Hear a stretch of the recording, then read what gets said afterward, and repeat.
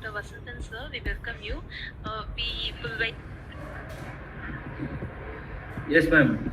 I can hear you. Thank you. Very good afternoon to everybody. Okay, so we'll just wait for 5 more minutes and we'll start the session in 5 minutes, sir. Sure, ma'am. Sure. Okay, sir. Thank you.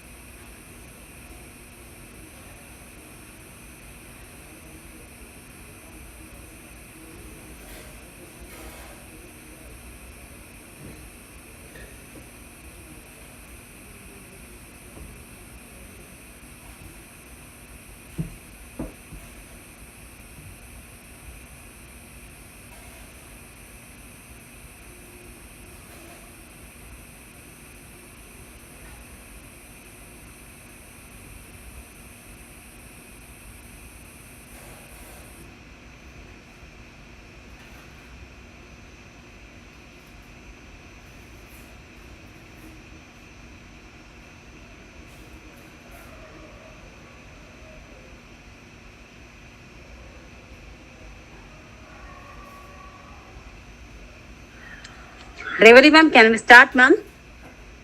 Revati ma'am? Revati ma'am? Yes, ma'am. Shall we start, ma'am? Yes, ma'am. Shall we wait Okay, for ma'am. somebody? Okay, ma'am. Okay. We'll start, ma'am.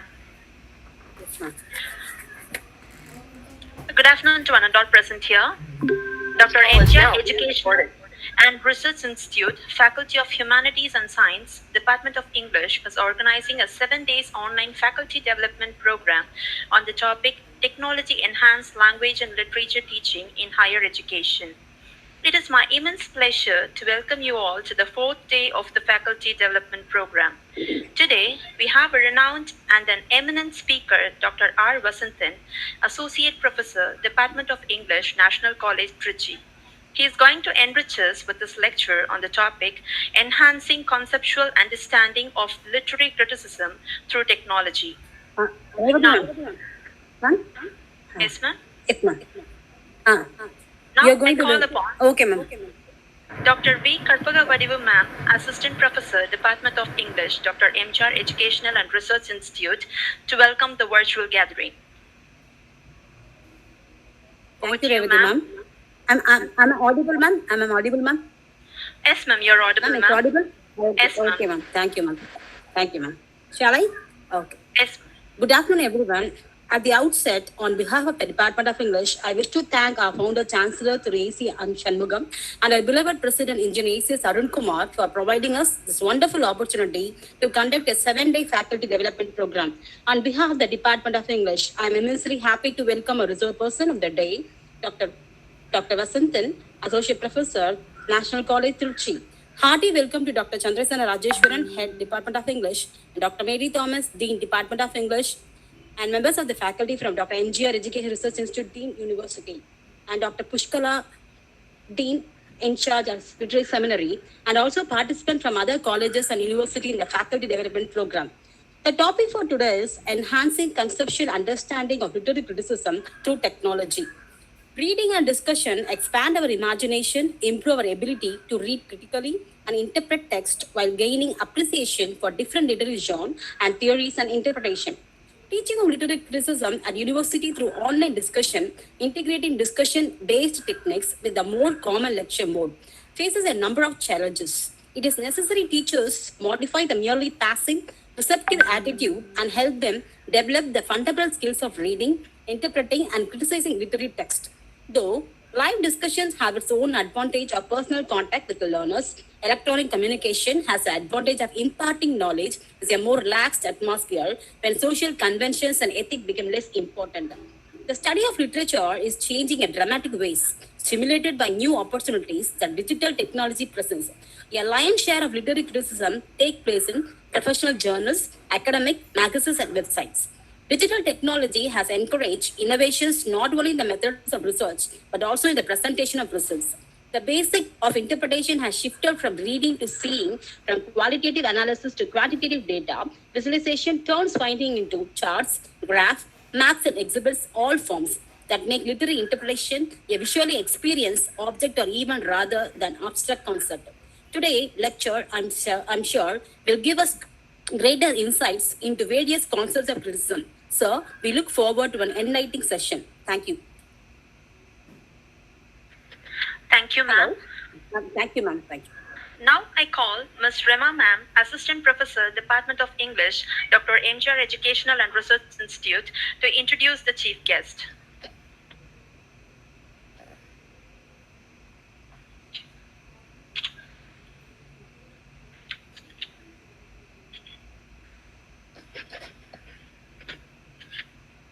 Good afternoon to all. I'm glad to introduce our chief guest. Dr. R. Vasanthan is a skilled and a qualified English language professor. He is currently working with National College, Tiruchirappalli, as an associate professor. He has 17 years of experience and worked with many colleges and gained ample experience in teaching. He is specialized in implementing and developing educational tools and methods in English language teaching for school and college classrooms. He contributed the concept of regular game assisted language teaching to the world of research in ELT. He has a track record of research success with multiple publications. He has published 17 research journals, attended 9 conferences, and gave a number of guest lectures. He has received many awards, notably the Award of Appreciation from the Ministry of Youth Affairs and Sports for training the student at the Pre-Republic Day Parade camp. We are happy and proud to have you as our chief guest, sir. Thank you. Thank you, ma'am. That was crisp and crystal introduction about the sir. Now I cordially invite Dr. R. Vasanthan sir to take over the session. Please, sir.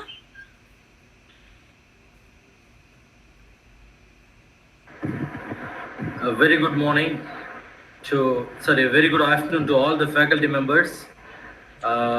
This is honestly, to be honest, this is the first time I'm here to address faculty members. I mean, of course, we have in-house trainings often, and this is the first time I'm going to address uh, or discuss with faculty members. I'm very happy to be uh, part of this discussion, and I'm very happy to discuss my inputs so that those, I mean, and I'll be very happy to know that my inputs have some certain significance to maximize teaching and learning activity in your campus as well as mine. This is going to be an interactive session, and this is going to be a session where we will reflect upon the day-to-day happenings, and we will also think about the way literature is being taught in our classrooms and the purpose of it, how far we were able to take the students to the heart of literary understanding and the spirit of literature, as well as how good we can make our students inculcate the ability to critically appreciate things, critically understand critical theories, and be able to express their views, understandings in a with the proper understanding of the trend that is at present in our literary world, right? uh, as uh, as I have to now let me present it with a simple PowerPoint presentation which I have prepared to discuss with. Okay.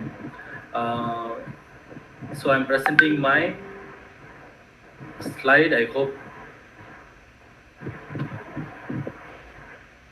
my presentation is on the screen. Okay, I'm presenting the whole thing. Right. Okay.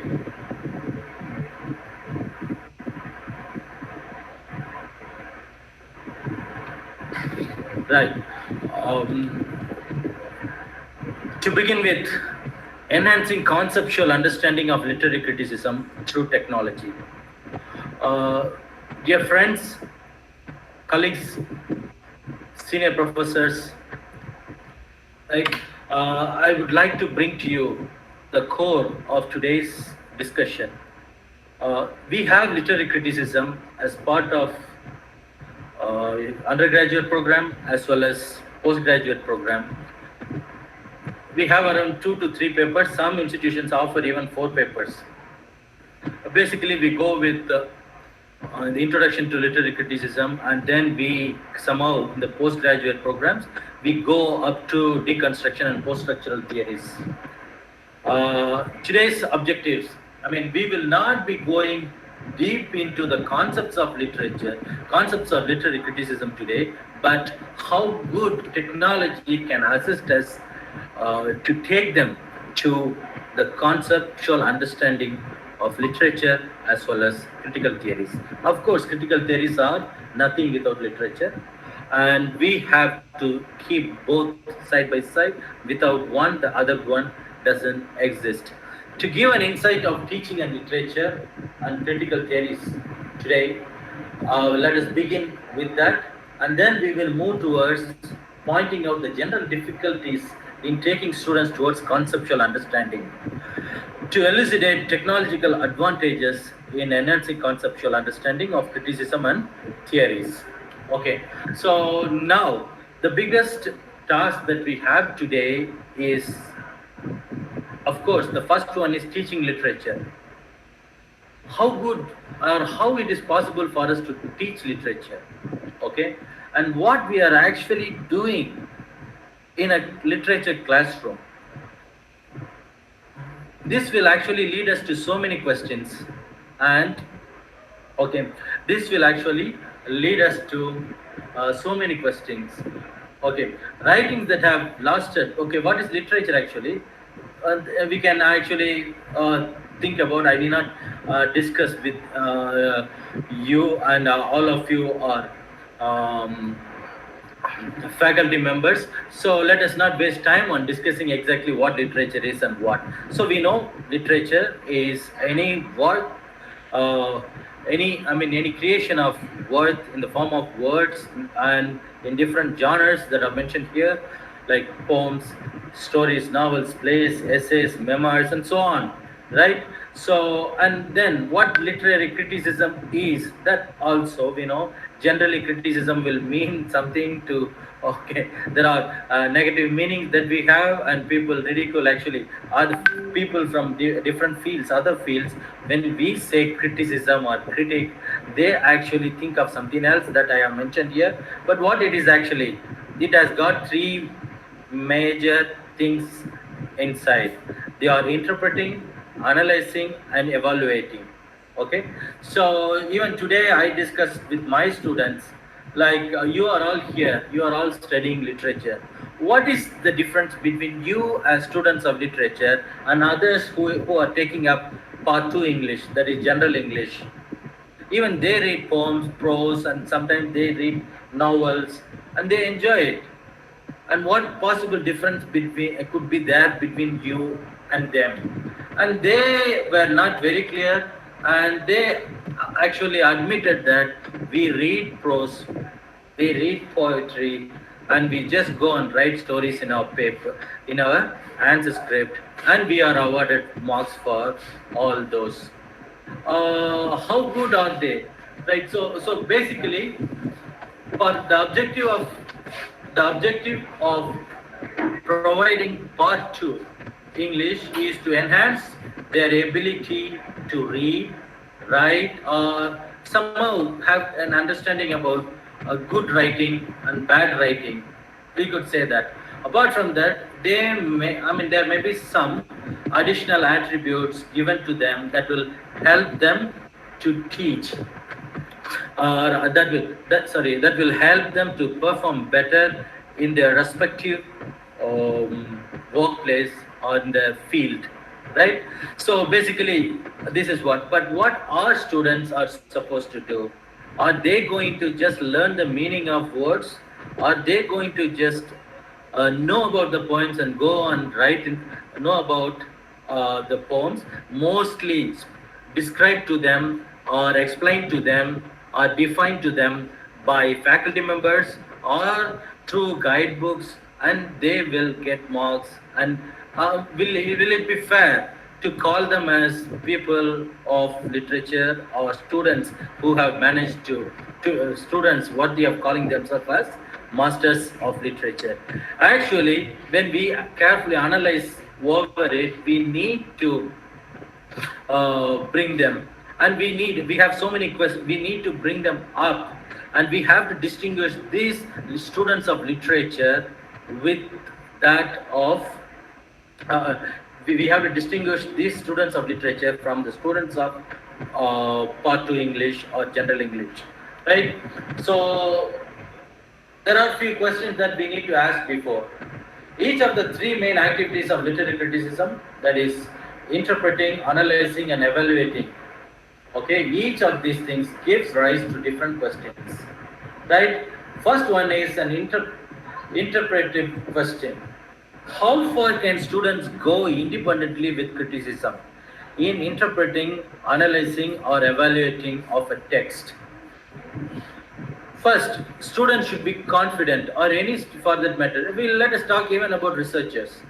We should be confident enough to take up a work of art and pass our comments independently, without the support of anybody, or with the support of dictionary, or with the minimum support that is required.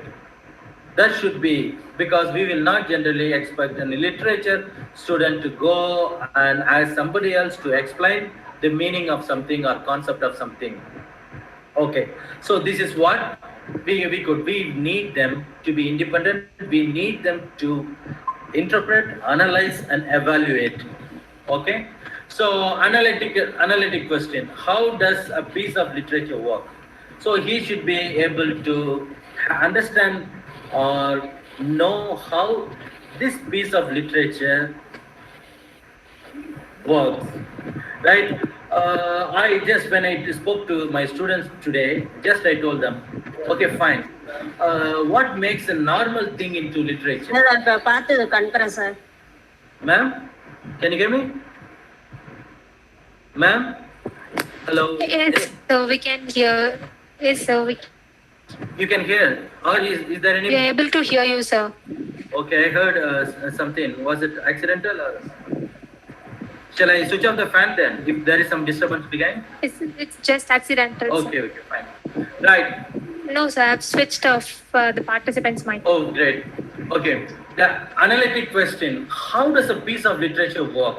Like today, just today, when I discussed with my students, I told them, I just gave them a simple statement. First, let me put, I love cricket. Okay, I'm putting it like this. Okay, I'm putting it like this. I love cricket. That is a normal sentence. Okay, so nothing, it's everyday's conversation. I'm just adding little bit beauty more than that. Cricket is like my heart. Okay, I'm taking it to further. I'm taking it to another level. Right? Cricket is my heart.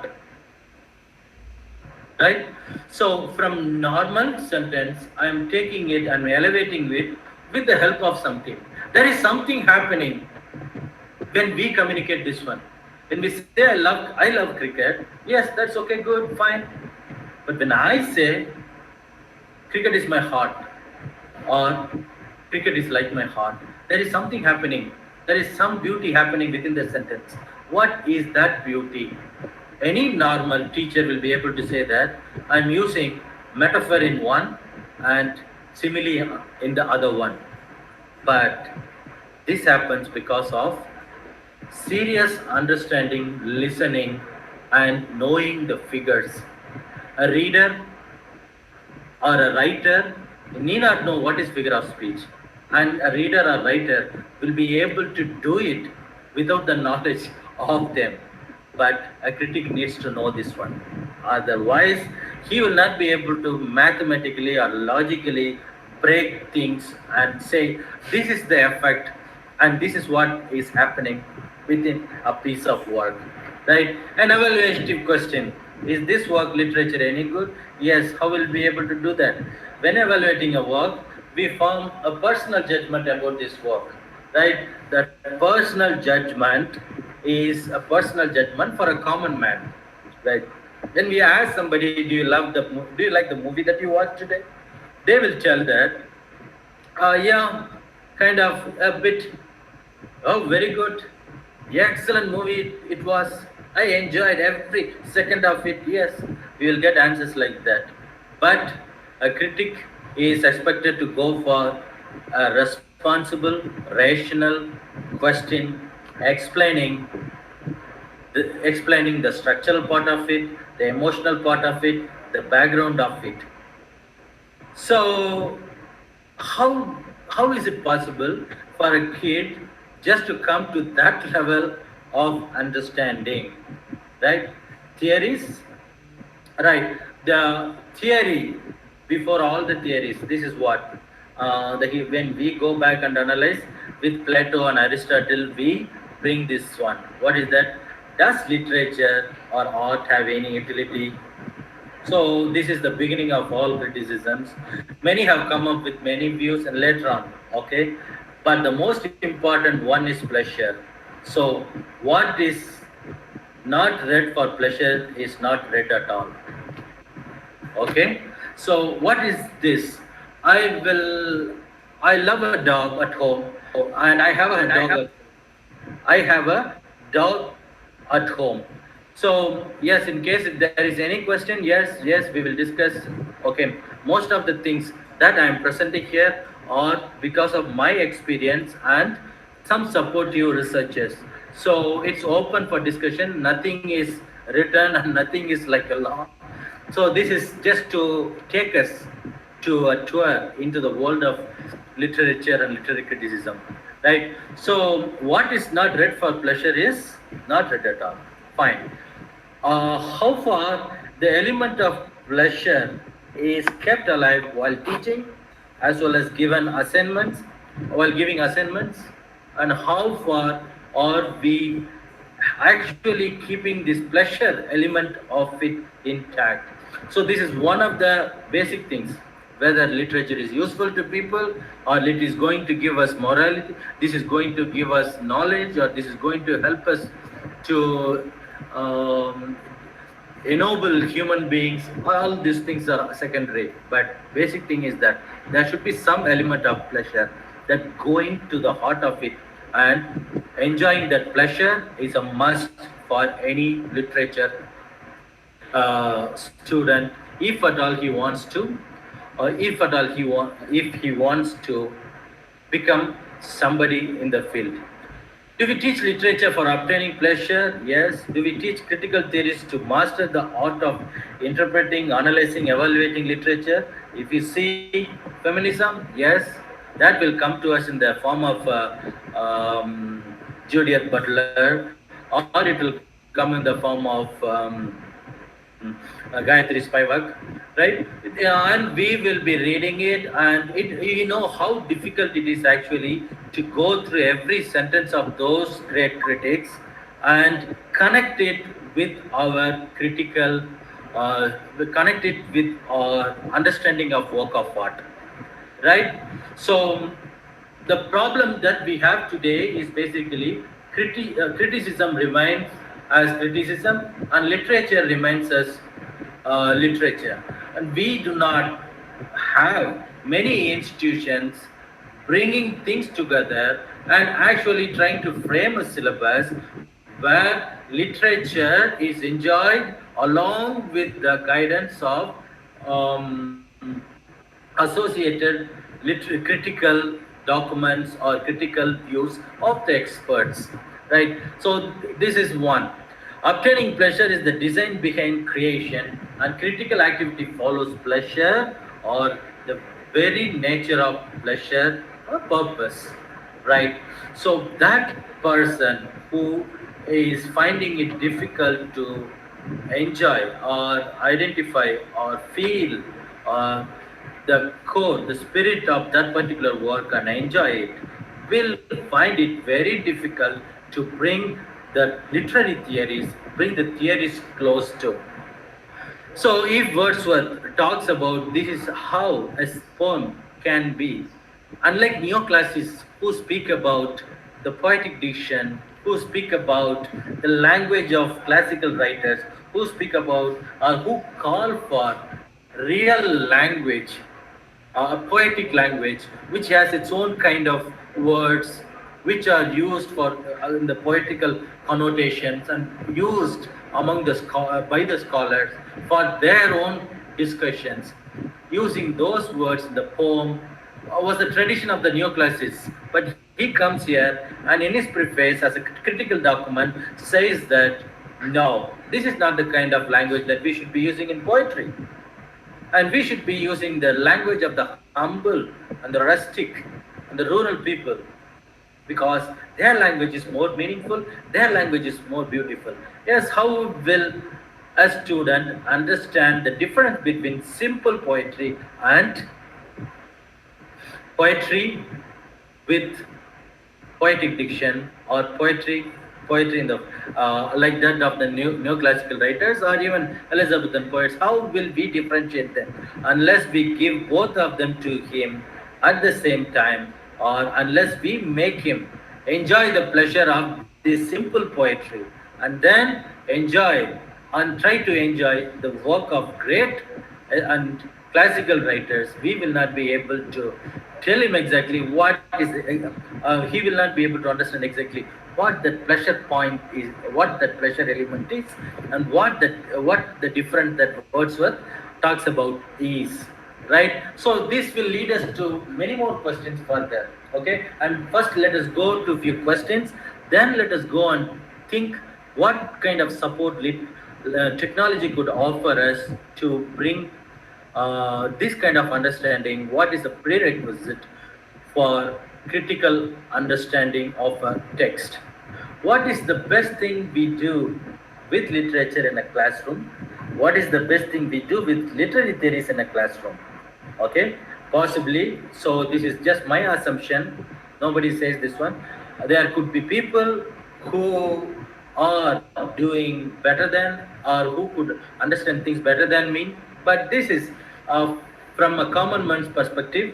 So let us keep it in that way. We share with them emotional effects and outcomes of them, and we speak about the views of the theories. Right. The first part of it speaks about the literature aspect of it. What happens in literature? When we teach literature, what we actually try to teach them. We have seen our own teachers, or the teachers of our teachers. Some of you are very young, I believe. So some of you might have just joined. For you, I mean, you may not have had the pleasure of people acting and dancing in front of you with poems, right? We have watched people, and especially whom we funnily call as I mean, they call themselves as imperial leftovers. Anglo-Indian teachers who are in our campus, they fondly or they ridicule things like that. So please,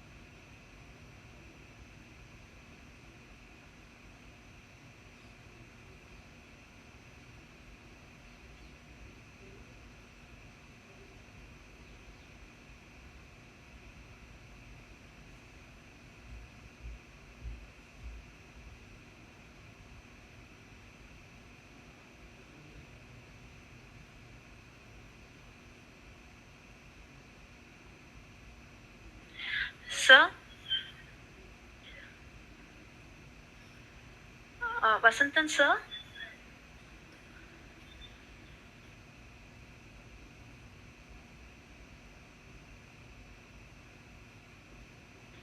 Vasanthan, sir, we cannot hear you and we couldn't see the slide too, sir. Revati ma'am, actually he's left, I think, ma'am, because of network issue. Just now he Hello? left, ma'am.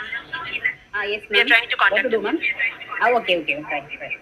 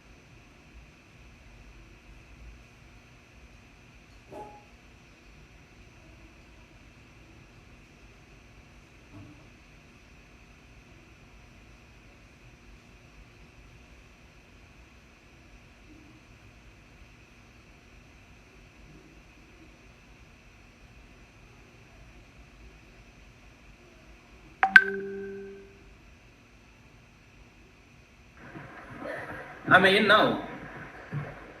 Yes, sir. I don't know how it got cut. Very sorry. The presentation is on still. No. Okay, now.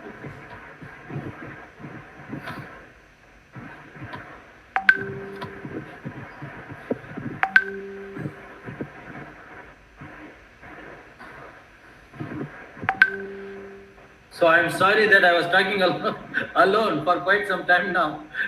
I do not know where I stopped with. Can you please tell me exactly where I left?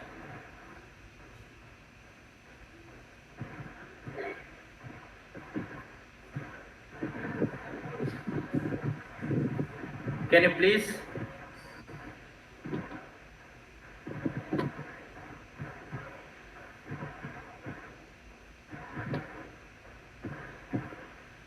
Can you please tell me? Anybody? Go to the previous slide, sir. Sir, hello? Yes. So go to the previous slide. No, not this.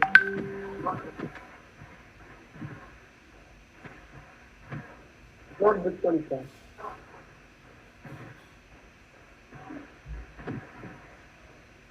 Sir, please continue from this slide, sir. Okay, thank you, ma'am. In case if there is any disturbance, because only the screen, wait, let me have it like, when I present it, I will not be able to say exactly whether I'm online or not. So kindly call me or text me in case if my voice goes feeble. Right. So this is what pleasure of reading is the essence, and through pleasure, this is what I have been. Through pleasure, we will be telling students, we will be calling the students to get into the activity of learning, right? So, okay, then the next question is, do we teach literature for obtaining pleasure? Do we teach critical theories to master the art of interpreting, analyzing, and evaluating literature?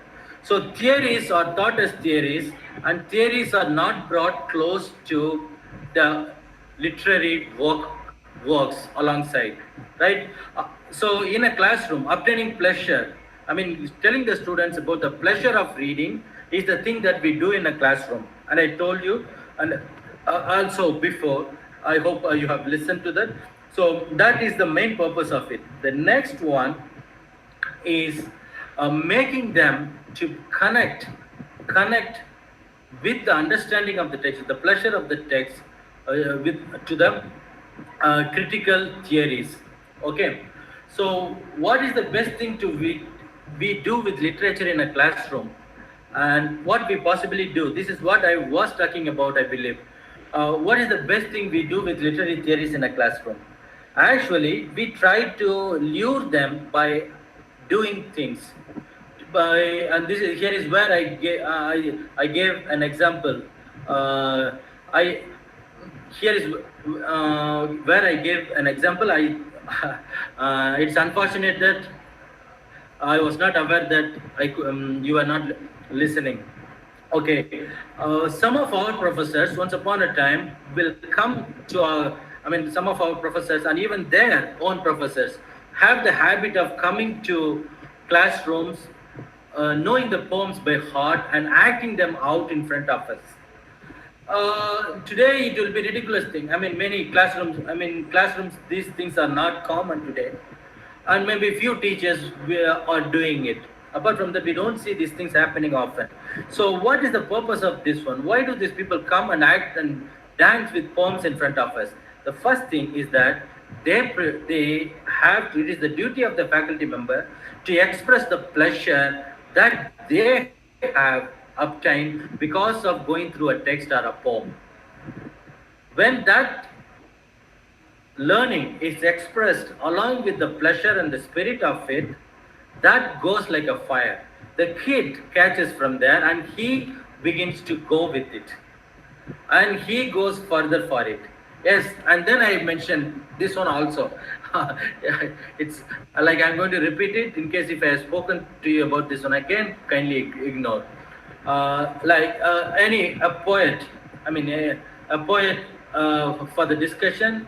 Let's take Milton. Okay, so a teacher goes and talks in front of his students, and he gives the glimpse of the world of Milton. He talks about Puritanism, and he talks about the problems that people of England had during that time. And he introduces Oliver Cromwell. And then he also speaks about Milton's his nature and ability. Then he says that, this Milton is a great talent. And what he did, this great talent, Milton, can you follow me? Am I audible? Yes, sir. Okay, fine.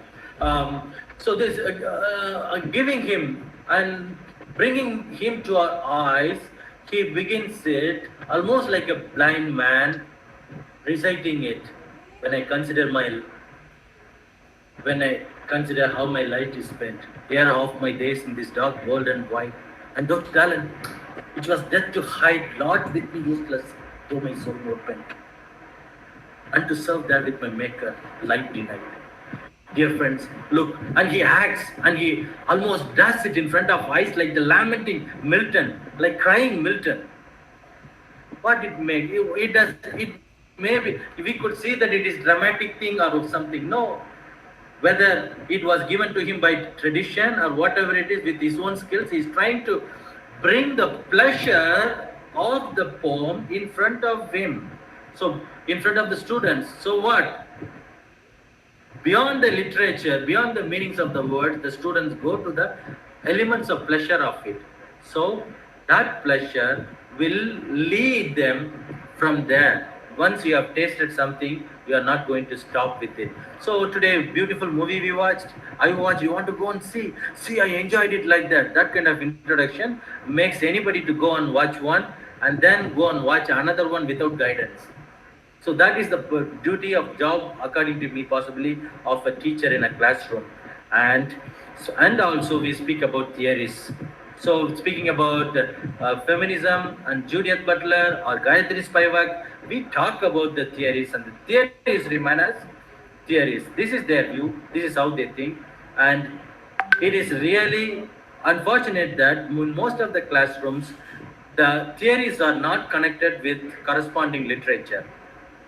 Theories need a lot of support for the students, especially.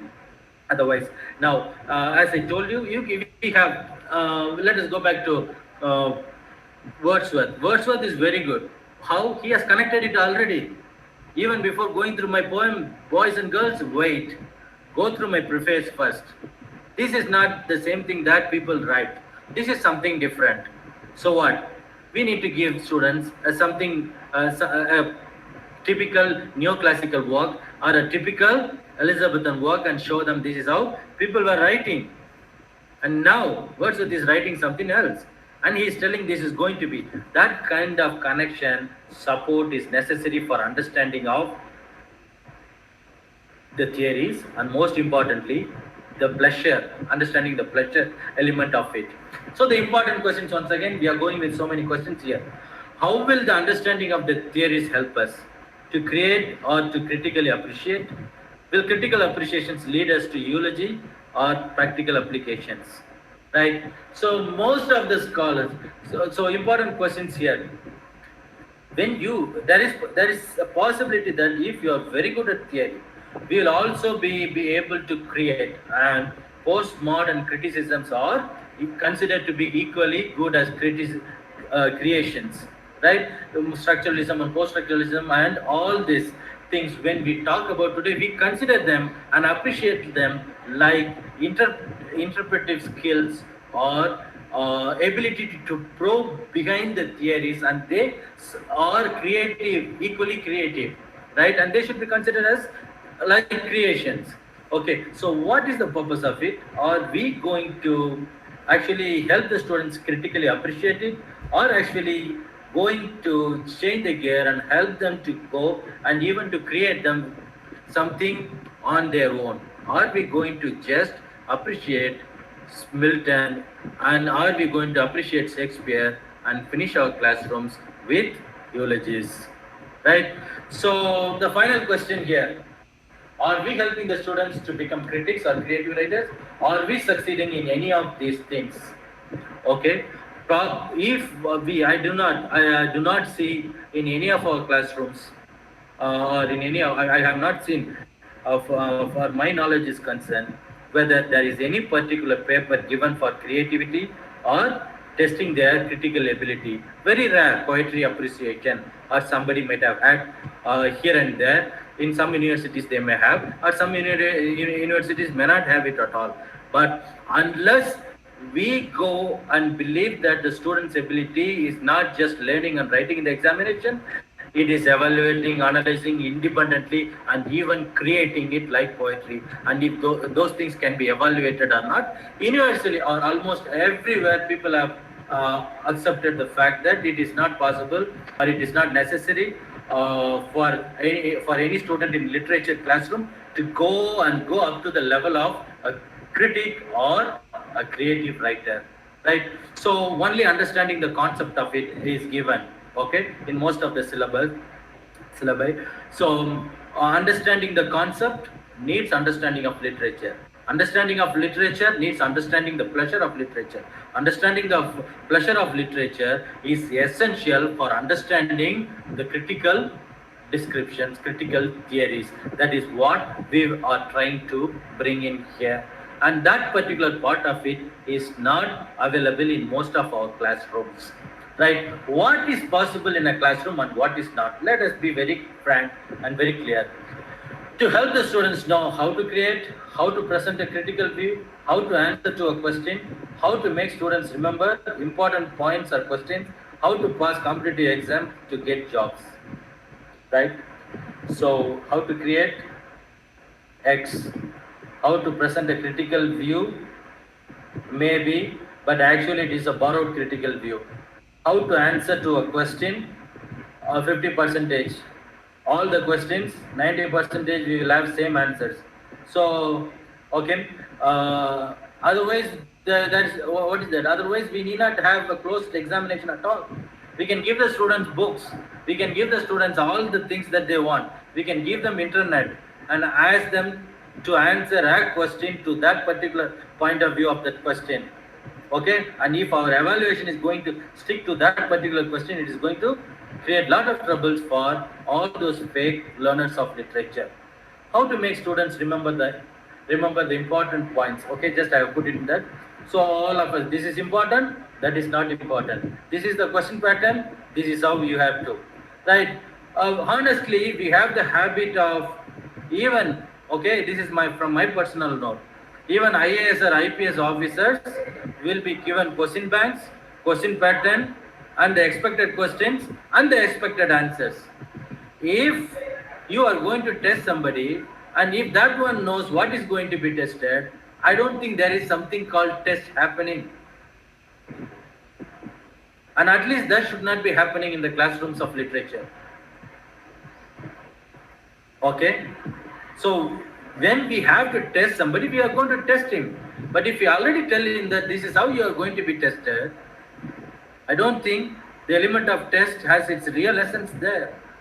How to pass competitive exams to get jobs. Yeah, very important. Yes, all of us, we were not sent to our classrooms telling that go to classroom, get a degree and go for a job.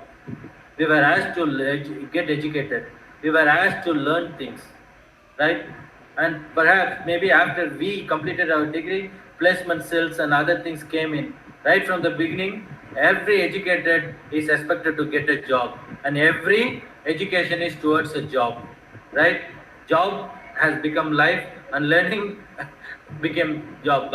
So perhaps that is where we have really taken a big diversion from the mainstream of learning literature and theories. Okay.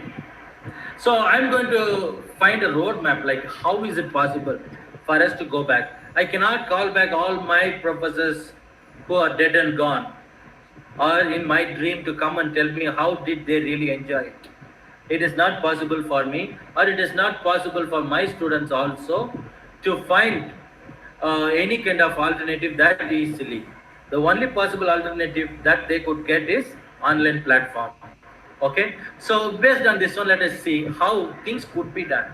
Take whatever is relevant and just ignore whatever is not relevant. Okay, so take whatever is relevant and ignore whatever is in case if you have any kind of uh, further suggestions to maximize the learning activity, you could also come up with that. You could also share with me, right, with us. Learn, shape and plan teaching and learning with objectives. Yes, objectives, of course, part of every classroom, and all of us do this one. Learn how the know the art. You could pass a critical view, right? Know the art before you could pass a critical view. Every art has to be understood from our perspective, and that art has to come out with that pleasure that I told you. Substantial input leads to substantial output. Okay, this is very simple thing. Okay, this is what normal classrooms we do. Okay, challenges in teaching criticism. It is impossible to know whether it is good or bad unless you know the core of both literature and criticism. We have discussed that one. Critical theories base their understanding on contemporary trends, and it needs imagination along with correlative literary aptitude and creativity even for understanding. So this is it. Critical theory without the corresponding literary components will not make any difference in the understanding of them. So what? That is why critical theory, most of the people run away from here, and most of people do not enjoy it. Okay. Yes, of course, there are few, and there are some who develop genuine interest and they manage to do it wonderfully. Without creative enterprise, critical endeavor will be insubstantial. I didn't say this one. This is said by one of the great critics. He says that yes, you have to pass criticism, you should have your own creative faculty, or that creative faculty, that element of creative, that ability of creation. If it is not there within you, you will never be able to criticize because you do not know what the problem is. Okay, so there was a famous joke. What was that? When one of the ministers who was not married, when he spoke about family planning, a famous person, Lalu Prasad Yadav, who is known for children, the number of children that he has, said that the one who has not played the game will not pass a law. Right? In the same way, that is there. Like when we are not capable of creating, it will be very difficult for us to impress students, or even go to the heart of the critical aspects. You should exactly know what is happening in the mind of a poet, what makes a poet write, and then supportive theories and critical theories based on that understanding will be more meaningful. Otherwise, there will be statements. So if I say cricket is my heart, the one who does not know about cricket, one who knows that cricket is just a simple word, or cricket is a game like football, will not know what is it. He has to come to India. He has to see the galleries. He has to see the tears. He should see the joy. He should see the fight. He should see everything that is happening among the people here. Only then he will be able to, or at least he should be able to imagine it, or he should be able to read it, know it from the letters of a great writer. Okay? Teaching. Chaos. Right? Myth versus reality. Okay? So many are assumptions, many are realities, and we are here dealing very close. Right? So online resources versus traditional resources. Traditionally, what resources we have been having? Traditionally, we take the book, we ask all the students to bring the book. You have to bring the book, and I will go through line by line and I will check you. Right? Online resources, of course, we today in online classes also, we share the text, we share PPTs and ask them to follow it. Okay? Right?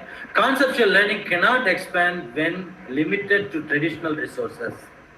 So conceptual learning is very difficult to happen with traditional resources. Why? because we have this program, BSc program, BA program, okay, BA program for 3 years, and it is not possible at all with all the examination patterns that we have, all the additional subjects that we have, and all the routine, all the assignments that we have, to go to the concept of things. And it is not also possible for us to concentrate in everything, in Tamil, in English, in drama, in poetry, right? So during the study, our study, if we take up to read a book, tomorrow we have an assignment, and today if you like Derrida, you want to sit and learn about him, you want to go a little deeper into grammatology, you do not have the freedom, you do not have the time. It doesn't happen like that. Reading? No. After reading, the system within yourself works. That system brings so many, that system within you assimilates with so many information that you have generated here and there. So what? It will be very difficult to find, for students to find time to go through line by line to understand what exactly Derrida, through Derrida's words. But it is possible for him to learn about Derrida through so many videos that are already available. So many critics already speak about, so many fights that people have because of it. Right? You can choose your area, and you can choose your virtual world, and you can choose your virtual teachers, and you can go around and you can come back to your teacher and explain and explain and speak about your understanding. Otherwise, there are very few people who will speak about Derrida. There are few people who will speak about Gayatri Paival. There are very few who will even talk about Butler. And nothing, structuralism. About structuralism, how many you will have, how many programs we have, how many discussions we have today. Most probably, we will have program based on recent trends, emerging trends, but we will not have a particular one discussed particularly thoroughly, enjoyed by people in a group, right? And mostly things are ritualistic. So one of the most effective ways to facilitate the profound changes in teaching and learning is through technology. Virtual experiences allow learners to partake in more activities in less time and space. Right? You have to go to library. Going to library will take 15 minutes. And coming back from library will take 15 minutes.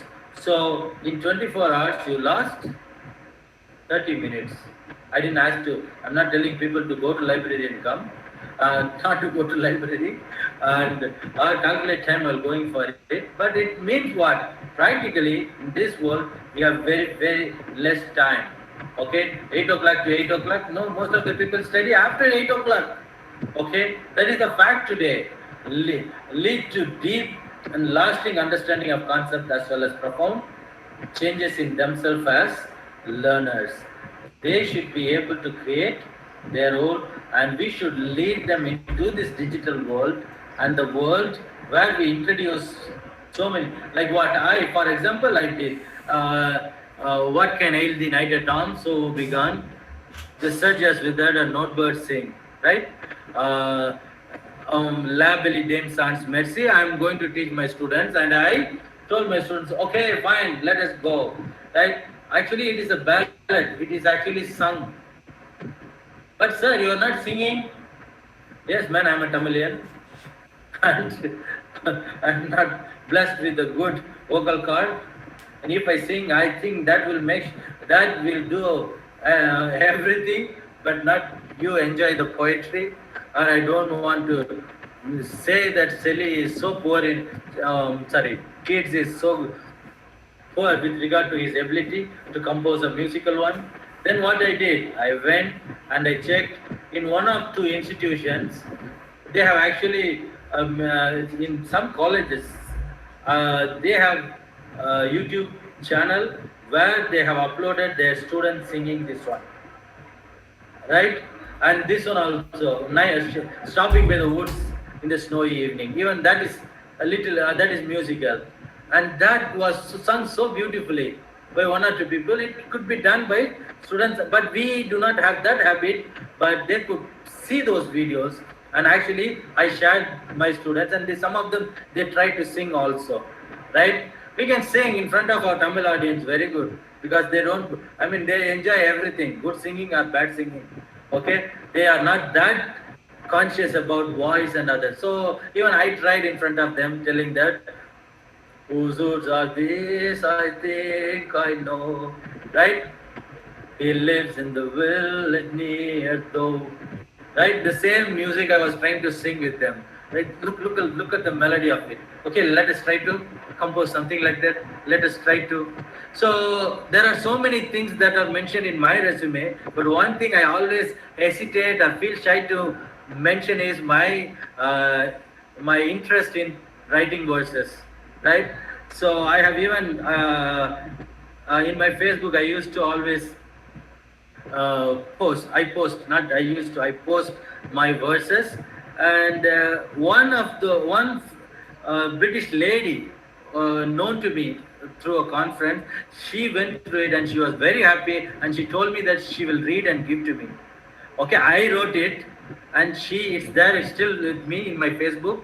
Vasant Yadav, it will be. You can check it.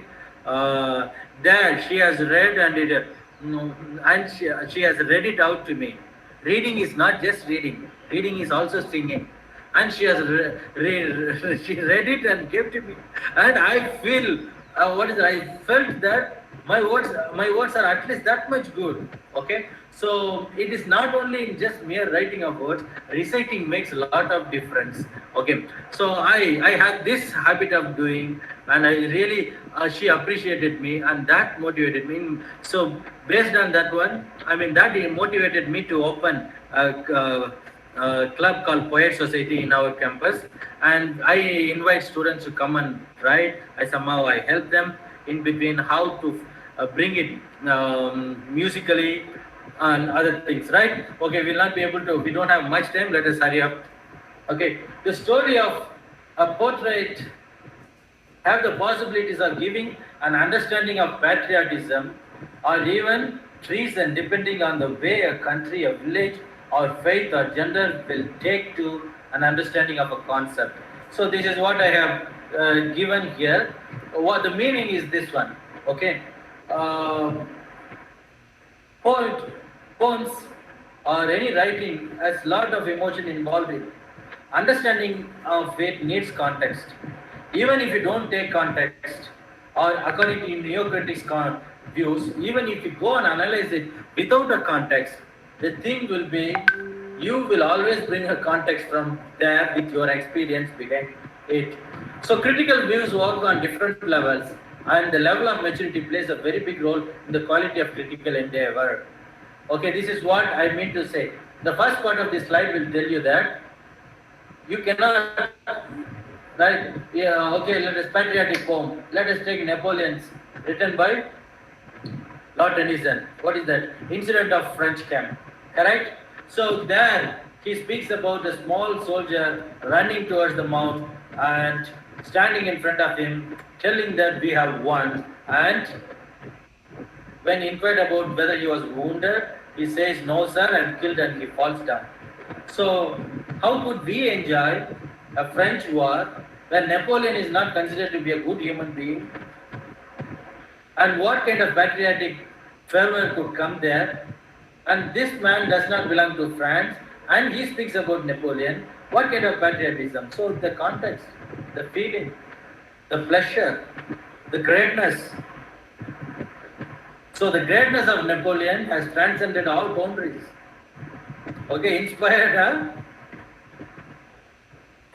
an English poet who was, Englishmen, they are the arch rivals of French, right? Critical views work on different levels, and the level of maturity plays a big role in the quality of critical endeavor. So, I told you very clearly that if you want them to be critical, or if you want the students to be good at criticism, to think or good, capable of making substantial critical comments, we should allow them to have varied level of understanding. They should not be just captivated with one thing. I love Shakespeare, and Shakespeare is the one. I don't care about others. I will, right? So that is not the level of commitment that the critic needs. Then critic is supposed to be aware of many things. He should be able to even point out in some ways, in some places, a little bit. Shakespeare has been against Jews, right? Somewhere he is against other people. Somewhere he was not. I mean, he will little bit tilted towards some characters. We should be able to make such. So when will it be possible? It will be possible only if a student has got enough inputs and he is capable of going little bit beyond the understanding. He should be able to look at things from a third person perspective. When someone says that, okay, say for example, long live the Queen, if a Britisher says that one, he should be able to understand it from British's perspective as well as from an Indian perspective. Is that clear? So that is the detachment that we need to have. That detachment will come with more inputs. This is, I think, in touchstone. I think disinterestedness is advocated by Coleridge or somebody. Okay, so that disinterestedness should be there. That will happen only if we have more number of concepts inside, more number of theories inside, and knowledge about plenty of works, knowledge about plenty of things. Otherwise, a shallow knowledge will always will make people to choose one or two, right? So one more thing, what is the conceptual core of criticism? To be able to speak about art with the universal perspective of the philosophy, culture, emotion behind it. Yes, I'm an Indian and I love my country, and I will, if I say that ours is the best, it will be from the point as me as an Indian. But if I am a critic, yes, I will have to go to the level to say that yes, Indian literature is one such.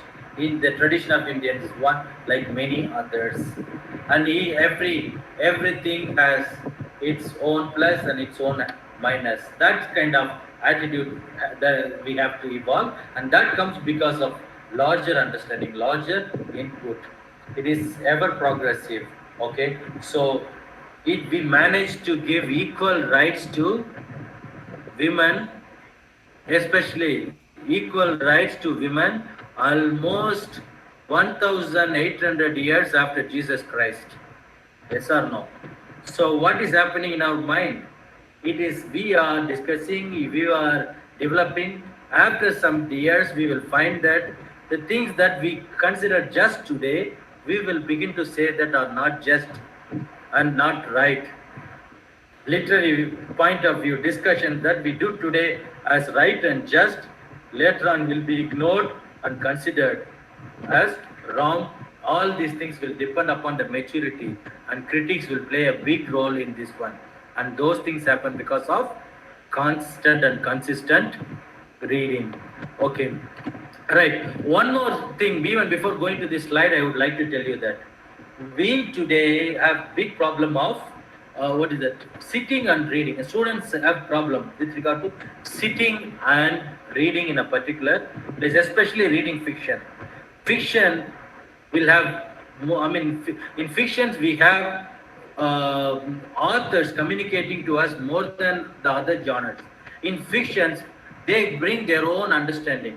In fiction, they even speak about metafictional elements, that is how to write and what makes them to write and what they want to write also. But unfortunately, we see students not taking up or going through line by line because it's not possible for them to purchase books for some do not have time, some have other things to do. Okay, so what? I did one thing for myself. I did review the book of Educated, thorough Westovers is one of the books that all of us must read. So I request you kindly. That's one of the books about education written by an American girl who is not. I mean, now she has become very popular. Bill Gates has appreciated. Obama has read that book, and it became very popular. Okay, I read that book. Actually, I didn't read it. I listened to it. It was available in the form of audio book. I go for a walk every day. I will go around 3 to 4 kilometers around the ground. So I just open, what is that? Switch on my Bluetooth, listen to that one, and I just keep walking and I just enjoy it. So most of the books are available as audio books today. And even I share the same thing with my students and ask them. And we have this habit of book of the month in our department. Okay, so every month our students will review a book. 3 books so far they have reviewed.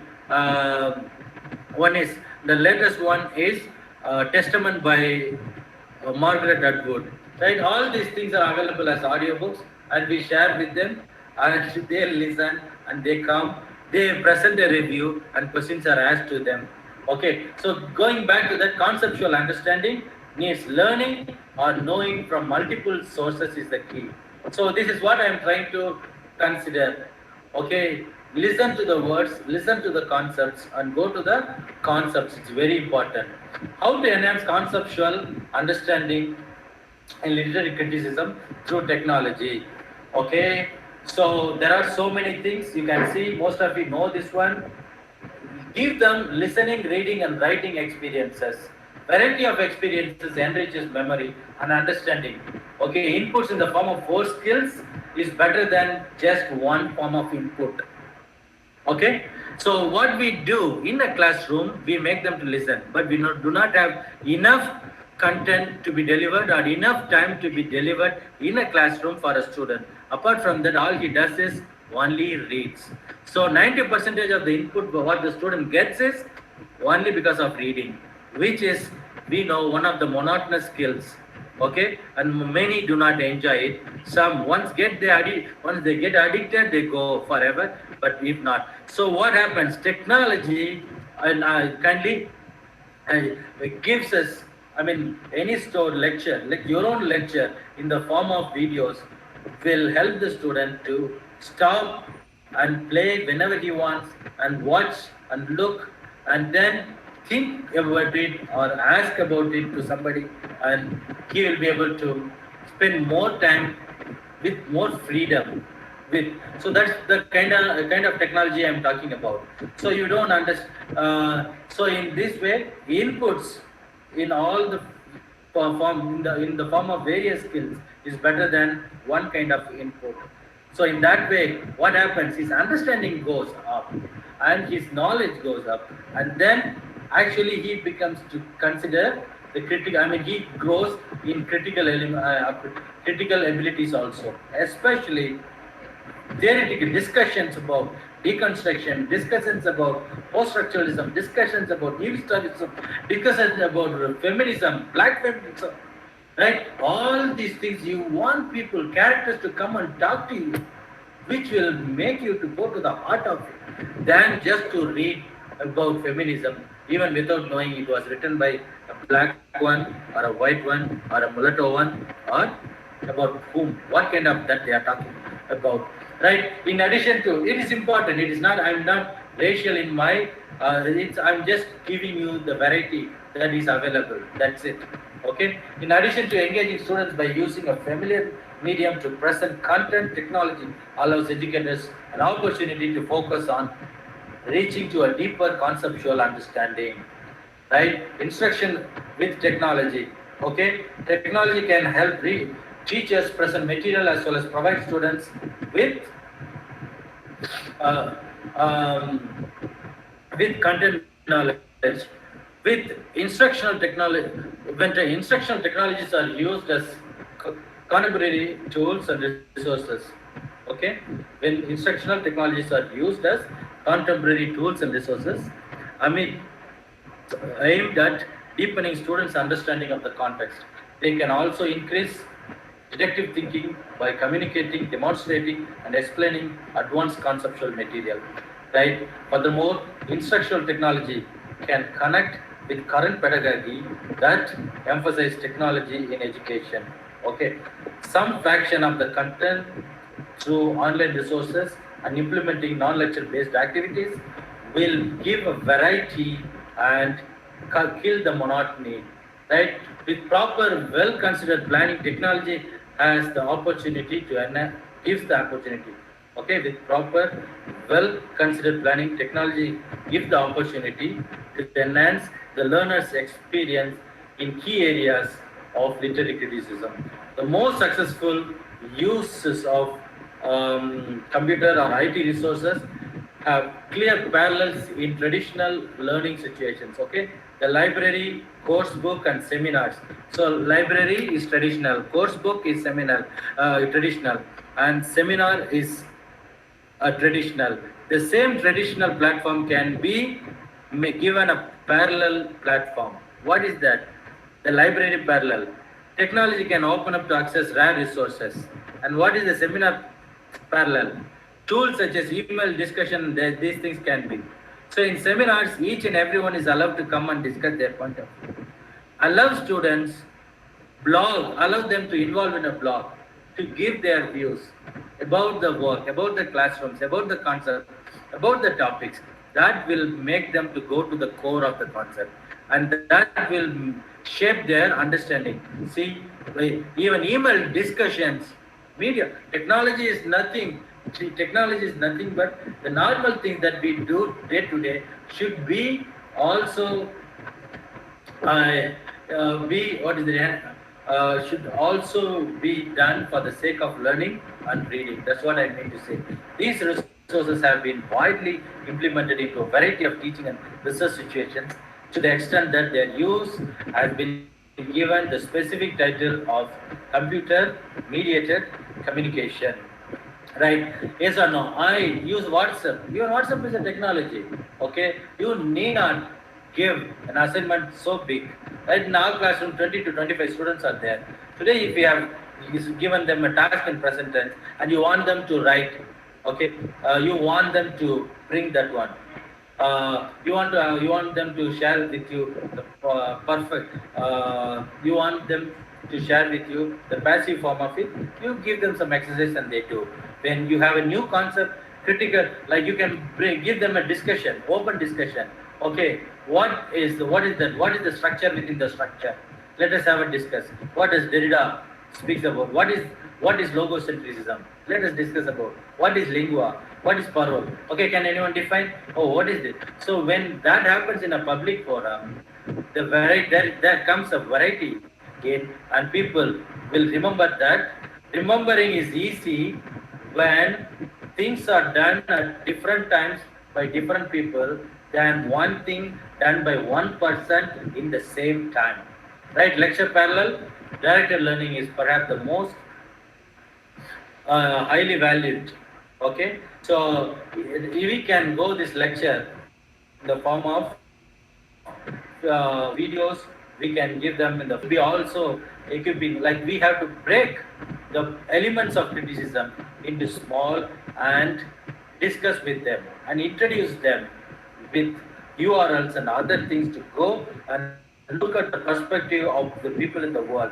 In that way, we will be able to give them an understanding not only with the local examples but also universal examples or global level examples which may be common, right? We need not think that what is the please do not think that what is in Indian is also universal today. It is because we are in a globalized setup, right? Course book and seminar parallels, how we can student-led activities, talks, and everything we can. And most importantly, that element of peer pressure is little less in online platform. So we have taken classrooms. I mean, we have taken online classes. All of us are aware of the plus and minus, and all of us are aware of the fact that good students will always be there, and they will always feel free in the online platform, and they will feel less peer pressure and they will communicate more. That we have seen. Of course, the attendance participation what they have now has greatly reduced because of the online mode. That's what my experience is. And of course, if you have anything else, we could also speak about it.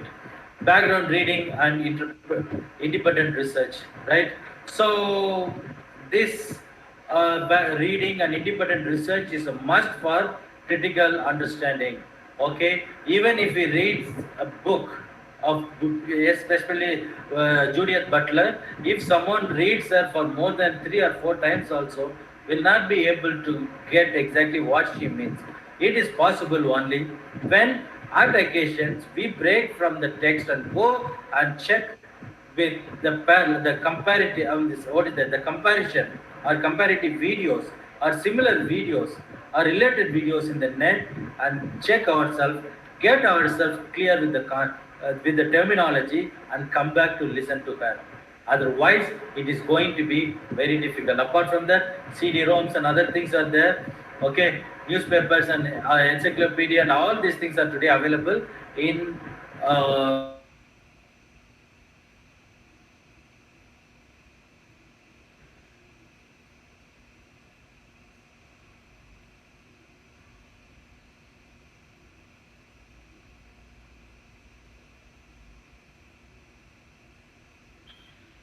Sir?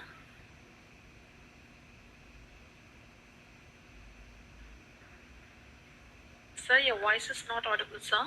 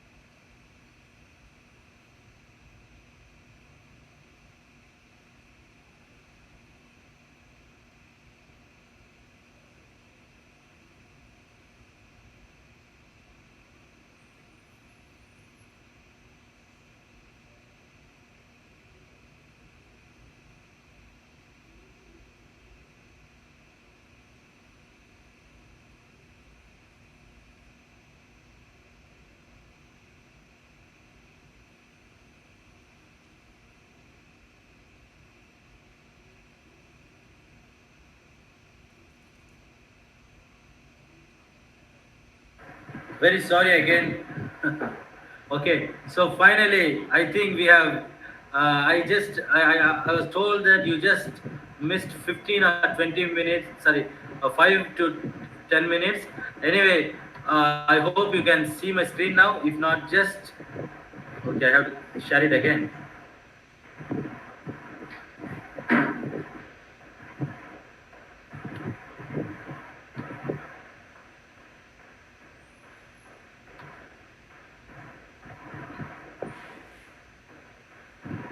Okay. Right. Okay. I hope you can see now. Can you hear me? Yes, sir, you're audible, sir. Okay. Now this is now to conclude it. Technology helps to underline the common thread throughout concepts. Okay. The underlying structure of information and how ideas are related. It is essential for the students to know the technical terms first, and each of the terms, while understanding criticism, n- needs imagination for its assistance, and that imagination should be imagination will be more meaningful with references and occasions.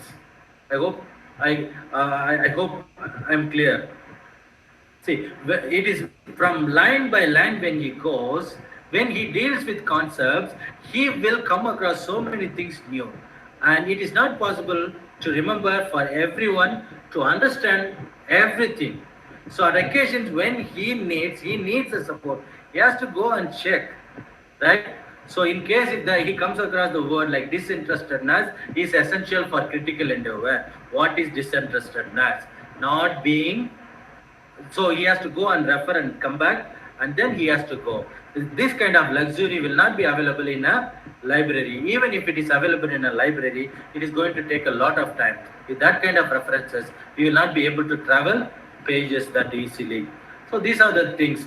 Okay, what technology can offer is a variety in thought. Okay, you will remember your references because there is a variety in your references. You will not remember much of your lectures because there is no variety in it. Okay, the experience is diverse. Here the experience is similar. So with the diversity, with the differences, we will have that the technology offers. We will enjoy the freedom. We will enjoy we enjoy the freedom. That means what we can access, and we want to go, we go. When we don't want, we don't. So that kind of freedom is available. And then instances, as they are different and as they are from different sources, from different people, inputs are from different sources and different people, will help us to remember because of the variety. We know that anything that we bring or recollect at occasions, refer at occasions, at different points of time will help us to remember things clearly. So this is the real, these are the real benefits of critical criticism being taught or being learned alongside literature, alongside technological supports and literary support. Yes, technological support in the sense, yes, about both are, of course, we have to go back to literary concepts also side by side. Okay, I hope I have made things clear. So these are the things, yes, right? Improves close reading, leads to perspective reading, promotes critical thinking, encourages empathy. So these are the different things. Does literary criticism have any practical use? This is about literary criticism. No, let us not go. That will lead us to another big discussion about it. So I hope I have given you uh, given you my perspectives with regard to use of technology for teaching literary criticism and the purpose and the requirements and the available technological platforms. So starting with emails to students, starting with video creations, starting with with YouTube channels, then with audio books and with critical discourses available from the very critics. themselves. So we have even Derrida addressing in YouTube. When you have Derrida discussing about topics, how would we will be able to make things clear for the students? Let them listen to Derrida himself if he is available online, and that kind of possibilities. Okay, and most importantly, all other things, especially referring to literary terms and concepts and forms, writing styles, and even about knowing the music of to critically appreciate the musical elements of poem. We need to refer to sources, and sources are available plenty. With sources, we will make literary classroom, literature classroom, and especially criticism classroom, a real classroom, where in 1 hour so much can be shared and given. That will lead to many more hours after the classroom for the student to work by himself, to go to the core of conceptual understanding of literary critical theories as well as literature. Thank you so much. I believe I have been I have tried to stick to my point of discussion as much as possible. In case if I have gone little bit beyond, kindly endure it. Now, if you have any kind of discussion, any kind of question, a discussion that you want to put forward, or any question with regard to what I said or what I have tried to bring in front of you, you could please do it. Thank you, sir. It was an informative, interesting, and enriching session. And obviously, criticism will be a boring thing for the students to listen. As And well you gave for n number of yeah, you gave an n number of ways to make it more interesting. Thank you for that, sir. Now the session is open to the participants. It is a question and answer session. Please raise your question verbally by unmuting your mic, or you can also post your question in the chat box. I just want to know whether it was, I mean, whether it was really useful. Or did I manage to give It was very useful, sir. Thank It you. was new and very interesting, despite the technical difficulties in the middle. It was very informative and interesting session, sir. Thank you so much. That is encouraging. This is the first time I know I have to, in case if I have missed my protocol as a colleague, kindly forgive me. No, sir. It was very good session. Thank you. Thank you. Participants, you can post your questions or you can unmute your mic and raise your questions over here. It's open to the participants now. It's a question answer session.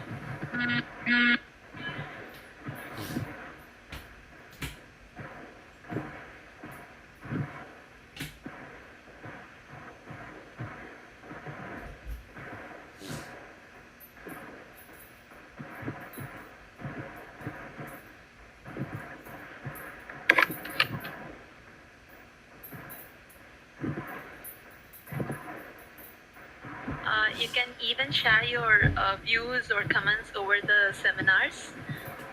Please, the session is open for comments, your views, as well as the questions.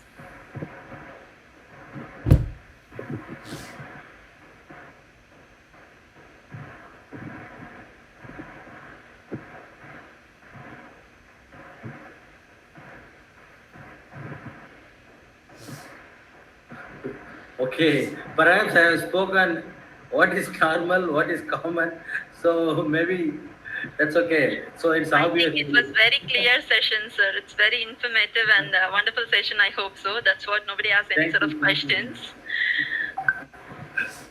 Thank you, sir. Yeah, the comments are nice Professor presentation, Sandeep, wonderful thank and you. informative presentation and everything. No questions. I think so. It was very crystal, your presentation. Thank you for that, sir. Thank you, professors. Thank you for giving me an opportunity. Even I sat for 2 days and recollected practical difficulties that we have. And this opportunity is also an opportunity for me to enhance my understanding, and to also recollect upon what we actually do in the classrooms.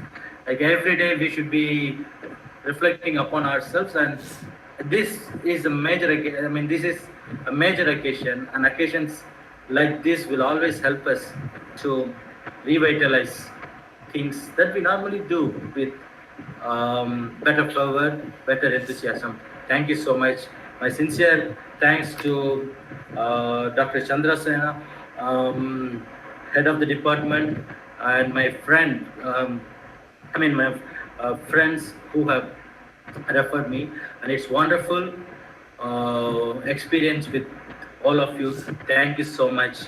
And if there is nothing much, if there is no other point to discuss, uh, I wish you all.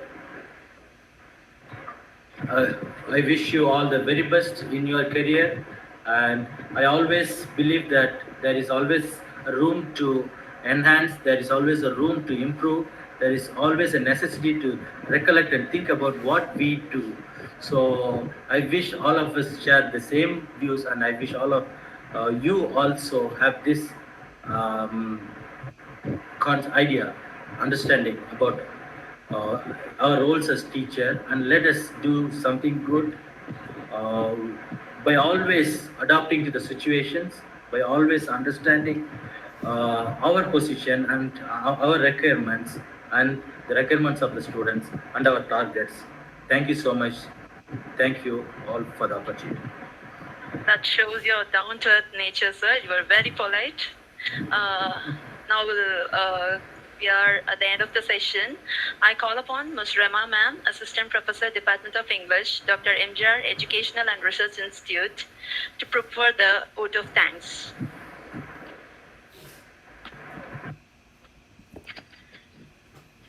It's an honor to offer a oath of thanks in this faculty development program. I would like to thank Dr. R. Vasanthan sir for sharing his ideas on literary criticism.